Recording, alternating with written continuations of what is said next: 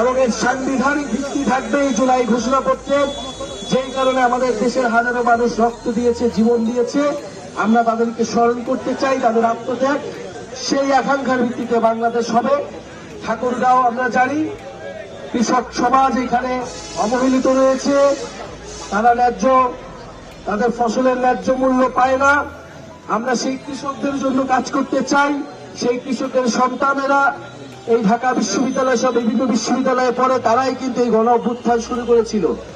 ফলে এই কৃষকের সন্তান এবং এই কৃষকের মাটি থেকেই, ঠাকুরগাঁও থেকে আমরা আমাদের নতুন বাংলাদেশের স্বপ্নের কথা বলছি।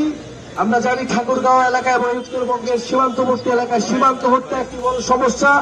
ভারতীয় সীমান্ত রক্ষী বাহিনী বাংলাদেশের নাগরিকদের নির্বিচারে গুলি করে হত্যা করে, বাংলাদেশের মানুষের মানবাধিকার হরণ করে।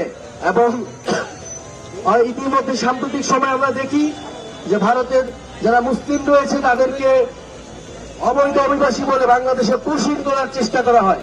আমরা হুঁশিয়ারি দিতে চাই, এটা হাসিনার বাংলাদেশ নয়, এটা গণ অভ্যুত্থান করে ছাত্র জনতার বাংলাদেশ। বাংলাদেশ পন্থীদের হাতেই বাংলাদেশ চলবে। ফলে এই সীমান্ত হত্যা যে কোনো মূল্যে আমরা বন্ধ করব এবং উত্তরবঙ্গের ঠাকুরগাঁও সহ যে অবহেলিত জেলাগুলো রয়েছে সেখানে